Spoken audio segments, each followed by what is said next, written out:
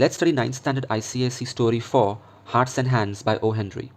This story of O. Henry, like any other story of O. Henry, has a twist in the tale. That's what I love about O. Henry stories. The climax is very surprising.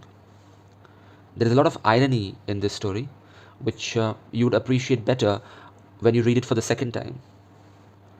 So it starts off with a train at Denver. That's a place in USA. It's on the western side of USA, and the train is going towards the east. It's an eastbound train called the B&M Express. Two men enter the coach. One of them is smartly dressed and handsome, and the other one is gloomy faced and looks very rough. They are handcuffed to each other, so one of them seems to be the marshal. The only seat available was the one opposite to that occupied by a lady. So they sit opposite to the lady, and the lady seems to be very sophisticated. She made herself very comfortable during the journey. She had all the equipments with her, and she loved talking, it seems. So first of all, she just glanced at the two men, and when she realized that one of them is an acquaintance, she started talking to him. The lady's name was Miss Fairchild, and she started talking to Mr. Easton, the well-dressed man. And there seems to be some kind of history between the two, some deep friendship in the past. So Mr. Easton was taken aback on seeing her. He couldn't shake hands with her because his hand was handcuffed with the gloomy-faced man. So when Miss Fairchild looked at the shining bracelet that is the handcuffs, she was alarmed. Immediately the gloomy-faced person, he cut in and he said, "Excuse me, lady, I think you are friends with this marshal out here. Can you please put in a nice word in my favor so that it'll be easy for me in the Leavenworth prison? It's 7 years for counterfeiting." So Miss Fairchild was quite impressed that Mr. Easton was a marshal, and he was taking that criminal who was caught for counterfeiting. Counterfeiting is a crime in which you forge documents with fake signatures, fake currency, etc. So 7 years. He was taking him to Leavenworth prison, and he was sentenced to 7 years jail. Mr. Easton became calm now, and he said that, yeah, I had to do some job for a living, so I became a marshal. And Miss Fairchild was pretty impressed by this. And he had taken up this post in the west of USA. Earlier, they were in the eastern part of USA at Washington. Now, we're not talking about Washington, D.C., which is the capital of USA, and it's on the east coast of USA. There is another place called Washington, which is towards the west of USA. That's where Miss Fairchild and Mr. Easton had maybe worked together, maybe they went out. And Mr. Easton, in fact, inquires that, are you still in touch with the ambassador? But Miss Fairchild says that she's no longer in touch with the ambassador, making it very clear that she's single and ready to mingle. So she was flirting with Mr. Easton. But Mr. Easton didn't seem so interested. He said that his butterfly days were over. It seems that he was too busy because he was one of those dashing heroes, the marshal who have a gun and they chase the criminals whole day and fight for justice, which impressed Miss Fairchild even more. Miss Fairchild narrated that she won't mind settling in the east. The air agreed with her, and she was returning home. She had come to tour the place with her mom, but her mom had to leave because her dad became sick. Surprisingly, she didn't go even though her dad was sick.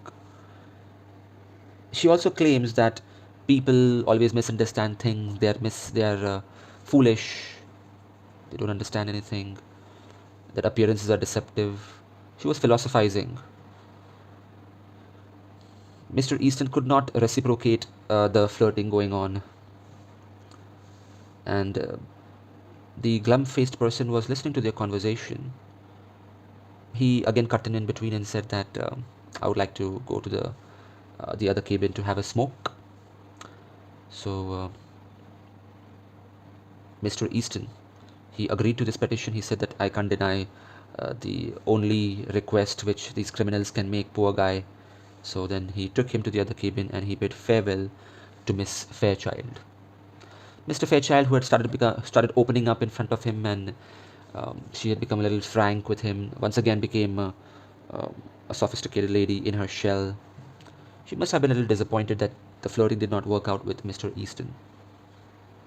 And some of the dialogues between the Mr. Easton and that glum-faced person were quite interesting. For example, Mr. Easton told him that you gotta do something for a living, and the glum-faced person said that Mr. Easton knows his business. I wonder what that means. So the two men went away. Now, adjacent to their seats, there were other passengers, and they could hear the conversation. They were not intentionally eavesdropping, perhaps they could just hear the conversation. So one of them said that this marshal is a very good fellow. So the other passenger said, yeah, and he's such a young person to be a marshal. At such a young age, he's reached that post. So the first passenger was like, wait a second. Who do you think was the marshal? That good-looking fellow? No, he was not the real marshal. The gloomy-faced person was the real marshal. Didn't you see the handcuffs? Why would a marshal handcuff his right hand to the left hand of the criminal?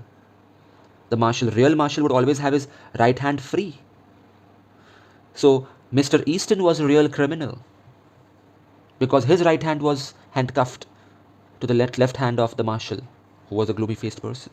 So that's the twist in the tale, which the readers came to know, but Miss Fairchild didn't. Then why did that real marshal lie that he has been caught for counterfeiting? Well, perhaps he could see that Mr. Easton was being embarrassed in front of his good friend Miss Fairchild. Remember, in the very beginning, he was a little taken aback that Miss Fairchild could see his handcuffs. If he was a real marshal, why would he be embarrassed? So the real marshal, the gloomy-faced man, was compassionate enough to lie to save the reputation of Mr. Easton in the eyes of Miss Fairchild. So that's why the title has hearts, because it shows a good heart of the real marshal. Also, hearts may refer to the emotions brewing between Miss Fairchild and Mr. Easton. Maybe they have a connection of the heart in the past, which could not be amplified in the present, because Mr. Easton was going to jail for 7 years. Yes, he was going to jail for 7 years. And the readers could realize this through the conversation of the other two passengers looking at the handcuffs. So that's where the hands part of the title comes into the picture. So the title is very appropriate, Hearts and Hands. Now, if you read this story again, you will notice that there is a lot of irony here, which you may have missed when you read the story for the first time. Only after reading the climax or knowing the climax would you realize, oh, that's what it meant when he said that dialogue. For example, the glum-faced man told to Miss Fairchild, it's 7 years for counterfeiting. He was looking at Mr. Easton. So actually he was telling Mr. Easton, reminding him that you are going to jail for 7 years, so don't try to flirt with her. But Miss Fairchild didn't understand this. She thought that the glum-faced person is being taken to the prison for 7 years. Next, Mr. Easton told Miss Fairchild, I had to do something for a living. In fact, this sentence was directed towards the real marshal. He was trying to perhaps justify that in order to keep up with the high standard of living out there, he had to earn a lot of money quickly, so he took up counterfeiting. But Miss Fairchild didn't catch this, and nor did we when we read it for the first time. Next, there is a dialogue. The glum-faced man tells that Mr. Easton knows his business.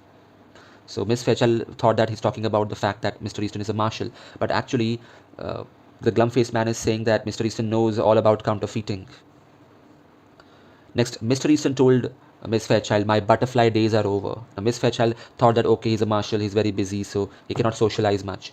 But the fact is that Mr. Easton knows that he cannot be free. He's being jailed for 7 years, so truly his butterfly days are over. So that is why he could not have any relationship with Miss Fairchild. So he did not want to give any false hopes to Miss Fairchild. And Mr. Easton says, I cannot deny a petition for tobacco for the glum-faced person. Obviously, he can't. If the glum-faced person was a real criminal and he was a marshal, he would just say that no, said quietly, no tobacco for you. But whatever the glum-faced man said, he had to listen because he's a real marshal. So when he said that let's go for a smoke, he had to listen to him.